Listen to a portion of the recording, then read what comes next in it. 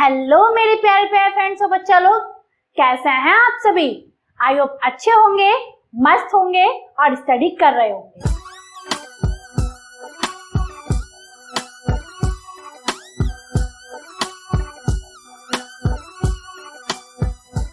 आज की जो हमारी पोयम है वो है कीपिंग क्वाइट, जो लिखी है पैब्लो नेरूडा ने। पैब्लो नेरूडा ने इस पोयम में जो 3 थीम्स हैं वो दी हैं। जो पहला पॉइंट जो उन्होंने बताया है वो है इंट्रोस्पेक्शन, यानी खुद को एनालाइज करना, मेडिटेशन करना।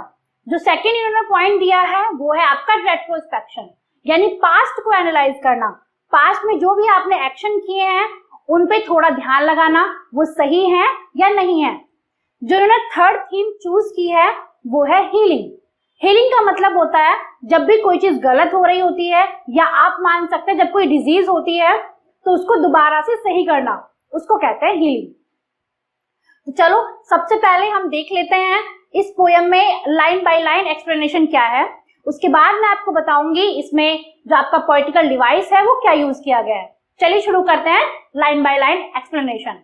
फर्स्ट स्टैंजा, जो पोयम है वो स्टार्ट होती है, Now we will count 12 and we will all keep still। अब पैब्लो नेरूडा बोलते हैं कि आओ हम सब मिलकर 12 तक काउंट करते हैं। अब उन्होंने 12 का मतलब नहीं बताया, वो 12 काउंट करने के लिए यानी नंबर काउंट करने के लिए कह रहे हैं, या 12 आवर काउंट करने के लिए कह रहे हैं, या 12 मंथ्स कह रहे हैं, या 12 होते हैं आपके ज़ोडिएक साइन। तो हमें ये नहीं बताया गया है कि वो 12 क्या कह रहे हैं। तो कहते हैं कि आओ हम सब मिलकर 12 तक काउंट करते हैं और हम सब क्या हो जाते हैं, स्टिल हो जाते हैं। स्टिल का मतलब क्या होता है, क्वाइट हो जाते हैं, क्वाइट या साइलेंट हो जाते हैं, यानी हम कुछ नहीं बोलेंगे। फॉर वंस, एक बार के लिए, on the face of the earth let's not speak any language, यानी इस अर्थ पर रहने वाले जितने भी लोग हैं वो कोई भी लैंग्वेज नहीं बोलेंगे। अब उन्होंने लैंग्वेज का यूज किया है। लैंग्वेज का मतलब क्या है, जो लैंग्वेज है ये सिंबल होता है डिस्क्रिमिनेशन का, यानी लैंग्वेज के बेस पर हम क्या करते हैं, एक दूसरे को डिस्क्रिमिनेट करते हैं। अब जैसे कोई इंग्लिश बोलता है, हाई फाई इंग्लिश बोलता है, तो हम क्या मान लेते हैं कि हाँ इसको बहुत ज्यादा नॉलेज है।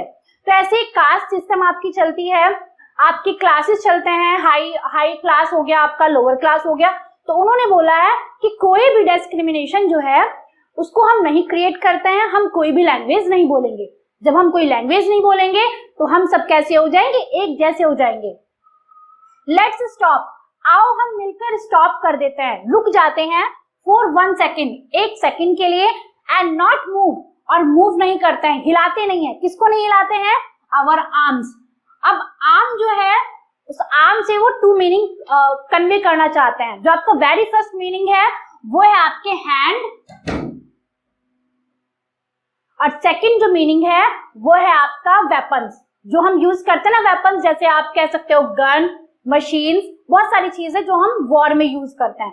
तो वो कह रहे हैं कि आओ हम सब मिलकर अपने आर्म को स्टिल कर देते हैं, स्टॉप कर देते हैं। हम अपने लड़ाई झगड़ा भी नहीं करते अपने हाथों से, और हम फाइट भी नहीं करते हैं, ना हम किसी वेपन का यूज करते हैं। अब ये फर्स्ट स्टैंजा था। अब चलते हैं हमारे सेकंड स्टैंजा पर। It would be an exotic moment. अब जो पैब्लो नेरूडा हैं वो कहते हैं जब ऐसा हो जाएगा, हम सब लोग शांत हो जाएंगे, तो वो मोमेंट कैसा होगा, एक्सोटिक। एक्सोटिक के बहुत सारे मीनिंग हो सकता है। एक मीनिंग आपका हो सकता है रेयर, यानी ऐसी कंडीशन जो कभी नहीं देखी गई है, और जॉयफुल आप कह सकते हैं, स्ट्रेंज कह सकते हैं, बहुत सारे इसकी मीनिंग होते हैं। तो ये जो मोमेंट होगा ये स्ट्रेंज होगा, जो आज तक कभी नहीं देखा गया है। विद रश, पहले क्या होता था कि हम सब लोग सुबह उठते ही क्या करते हैं, भागा दौड़ी करना शुरू कर देते हैं। उठते ही हमें ऑफिस जाना है, हमें ये करना है, हमें वो करना है, हम सारी चीजों में बहुत ज्यादा हम रश दिखाते थे, भागते थे। तो वो कहते हैं कि हम सब लोग रुक जाते हैं विदाउट इंजन। इंजन यहाँ पे जो है वो डिपिक्ट करता है मशीन्स को, हम कोई भी मशीन का यूज यहाँ पे हम नहीं करेंगे। We would all be together, जब हम सब एक जैसा काम करेंगे तो हम कैसे हो जाएंगे, हम सब एक जैसे हो जाएंगे, हम सब टुगेदर हो जाएंगे। जो टुगेदर है वो दिखाता है ब्रदरहुड को, भाईचारे को दिखाता है। इन अ सडन स्ट्रेंजनेस, इसमें देखो एस और यहाँ भी एस। तो जब सेम आपका जो टर्म होता है या सेम आपका जो लेटर होता है वो रिपीट हो जाए तो वहां पे होता है एलिट्रेशन। देन इस स्टैंडा में आपका क्या है, एलिट्रेशन है, ठीक है, ये फिगर ऑफ स्पीच है एलिट्रेशन। तो वो क्या कहते हैं कि ये जो फीलिंग होगी वो क्या होगी, स्ट्रेंजनेस, अजीब होगी लेकिन अच्छी होगी, अचानक हुई चीज होगी। फिशरमैन, अब वो यहाँ पर दो पर्सन के बारे में बात करता है पर्टिकुलर। पहला तो वो बात करता है फिशरमैन के बारे में, कि जो फिशरमैन है in the cold sea would not hurting whales. जो फिशरमैन होते हैं वो क्या करते हैं, मछलियां पकड़ते हैं। तो वो कहते हैं कि जो वेल्स हैं, अब दिन प्रतिदिन क्या हो रहा है, डे बाय डे जो आपकी वेल्स है वो बहुत कम होती जा रही हैं। तो यहाँ पे हीलिंग होगी। फर्स्ट हीलिंग क्या होगी, जो फिशरमैन है वो डेली सुबह उठकर जाके समुद्र में जाता है, मछलियों को पकड़ता है, तो उसका जो टाइम है सारा उसमें ही चला जाता है, तो उसकी बॉडी, वो अपनी बॉडी पे ध्यान नहीं देता, तो उसकी जो बॉडी है वो हील होगी। और सेकंड क्या होगा, जो वेल है उनका नाश नहीं होगा, तो हमारा जो एनवायरमेंट है वो भी हील होगा। एंड द मैन, और वो एक और मैन के बारे में बात करते हैं जो क्या करता है, सॉल्ट को गैदर करता है। गैदर करने का एक दूसरा मीनिंग भी आप कह सकते हैं कलेक्ट करना, ठीक है। जो नमक इकट्ठा करते हैं वो कह रहे हैं कि would look at his hurt hand.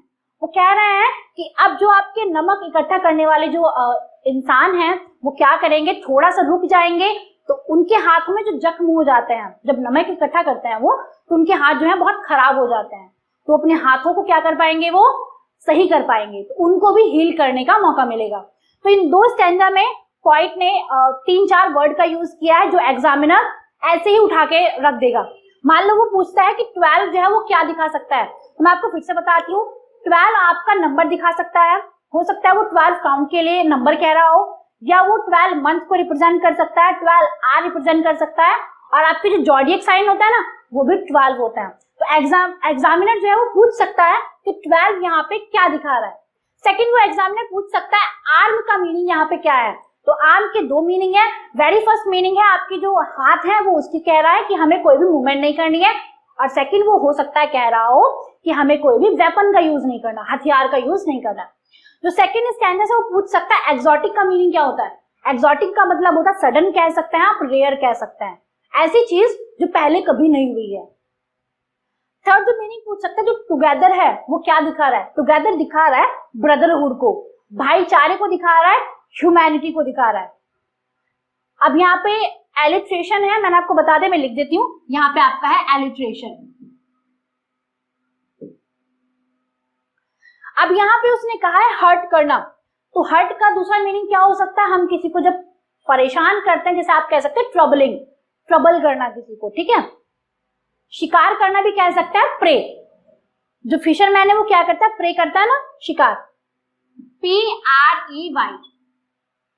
अब यहाँ पे गैदरिंग का मतलब क्या होता है, कलेक्ट करना, इकट्ठा करना, और हर्ट हो या वही हर्ट, या आप किसी को कह सकते हैं ट्रबल।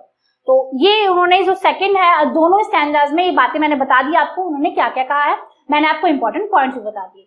चलिए अब चलते हैं हमारे थर्ड स्टैंजा पे। तो ये है हमारा थर्ड स्टैंजा, देखते हैं इसमें पोएट ने क्या कहा है। Those who prepare green Wars. अब दोज कहा गया है कुछ ऐसे पर्सन्स को जिनकी वजह से जो है वॉर्स होता है, जैसे आप कह सकते हैं पॉलिटिशियंस, स्टेट्समैन या साइंटिस्ट, ठीक है। जो अगर पूछ लिया जाए दोज जो है वो क्या रेफर कर रहा है, कौन कौन से लोग हैं जिनके लिए यहाँ पे दोज का यूज किया गया, तो सबसे पहला जो वर्ड है वो आपका है पॉलिटिशियन,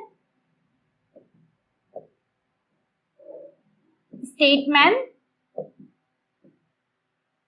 और थर्ड होता है साइंटिस्ट। इन लोगों की वजह से ही क्या होता है, वॉर्स होता है। अब इन्होंने यहाँ पे दिया ग्रीन वॉर। ग्रीन वॉर का मतलब क्या है, जैसे डिफॉरेस्टेशन, पेड़ों को काटना, जब हम अपनी एनवायरमेंट को गंदा कर देते हैं तो उसको कहते हैं ग्रीन वॉर करना। तो उन्होंने कहा है those who prepare green Wars, वो लोग जो एनवायरमेंट को खराब कर रहे हैं, वॉर कर रहे हैं गैस के साथ, यानी वॉर में गैस का यूज करना, वॉर विद फायर या आग का यूज कर रहे हैं, वो सब लोग क्या हो जाएंगे, शांत हो जाएंगे। विक्ट्री विद नो सर्वाइवर्स, क्योंकि अगर ये लोग शांत नहीं होंगे तो अगर ये जीत भी जाएं, विक्ट्री का सिनोनिम हम लिख सकते हैं ट्रायम्फ।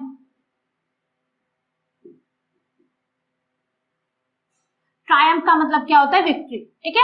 उन्होंने कहा है कि अगर हम लोग शांत नहीं होंगे तो आप कितने भी युद्ध लड़ लो, आप जीत भी जाओगे लेकिन बचेगा कोई नहीं।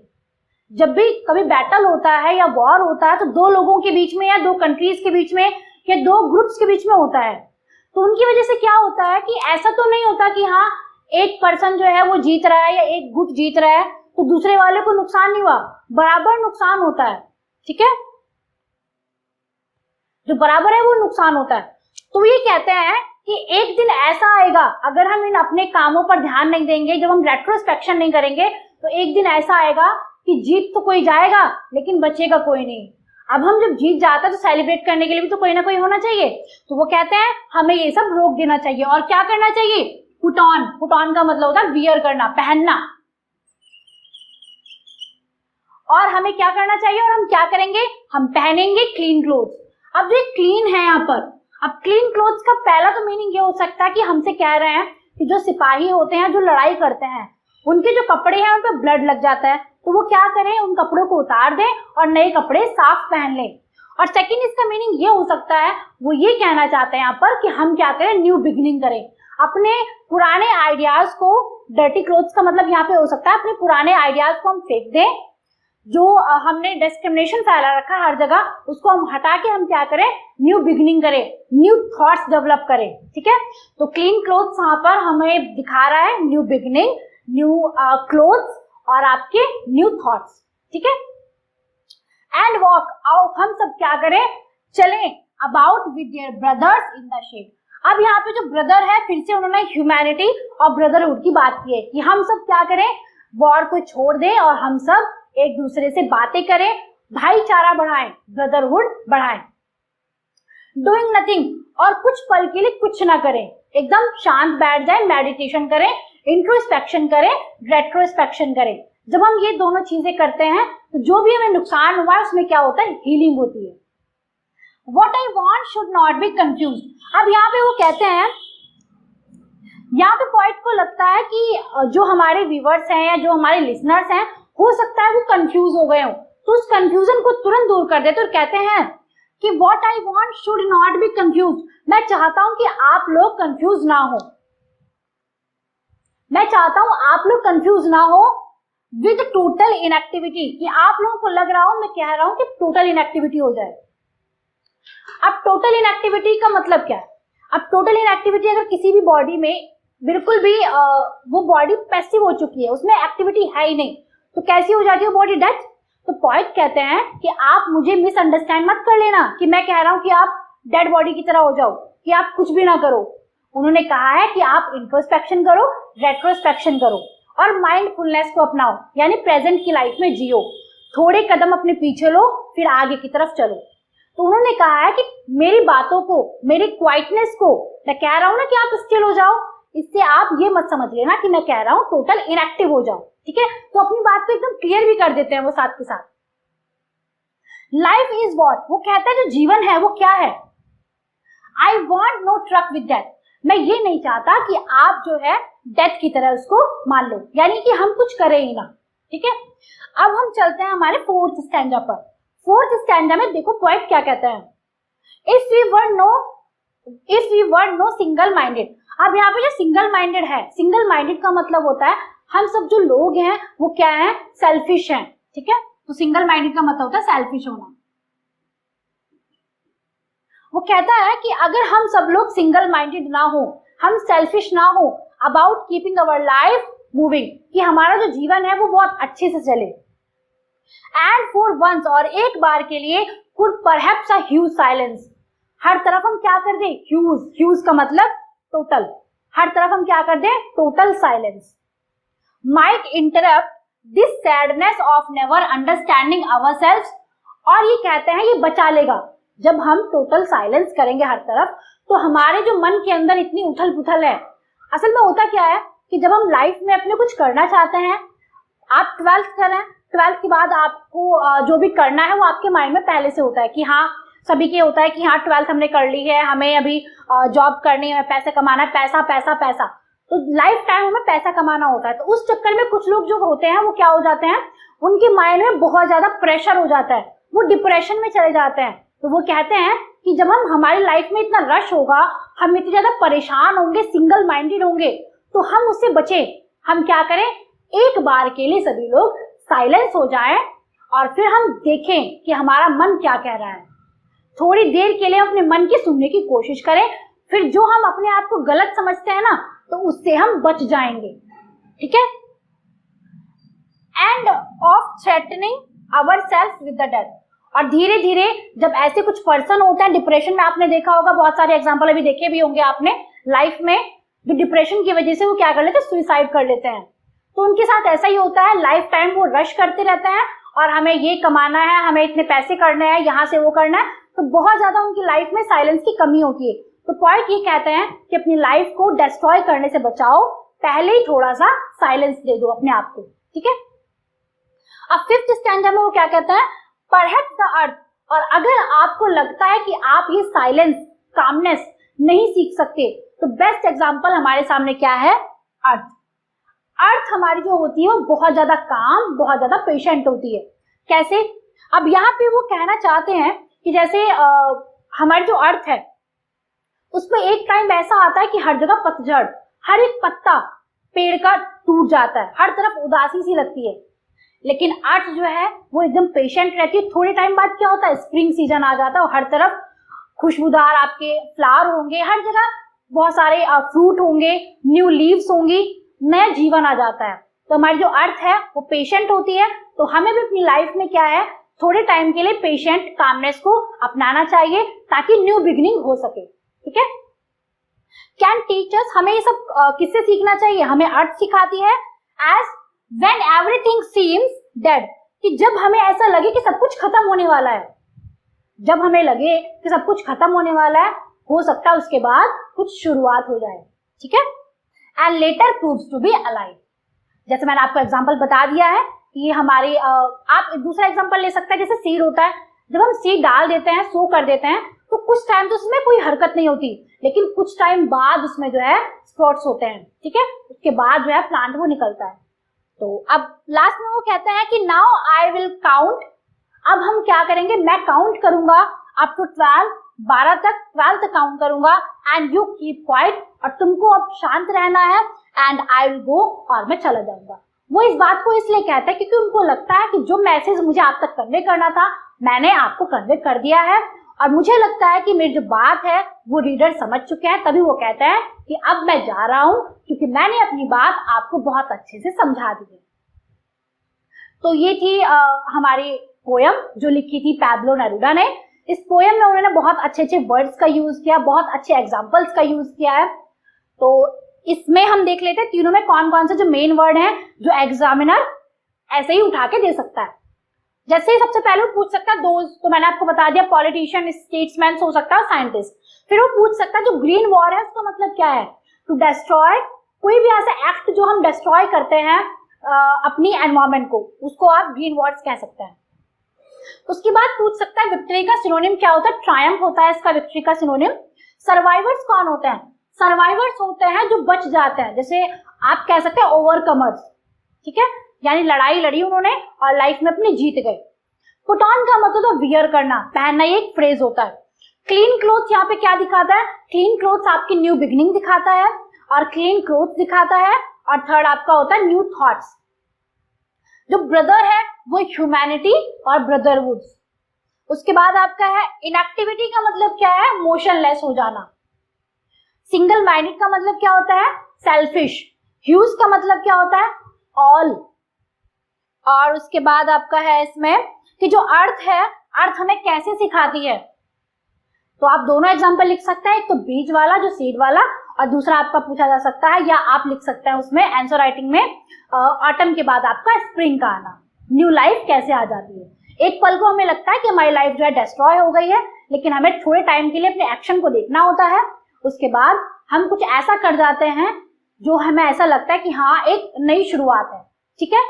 तो ये पोएम बहुत ही अच्छी थी। आई होप मैं जो पोएम का जो मैसेज था, जो पोएट कहना चाहते थे, वो मैसेज मैं आप तक कन्वे कर पाई हूँ। थैंक यू, आपने पूरा वीडियो इतने ध्यान से देखा। आई होप आपको पोएम जो है समझ आ गई होगी।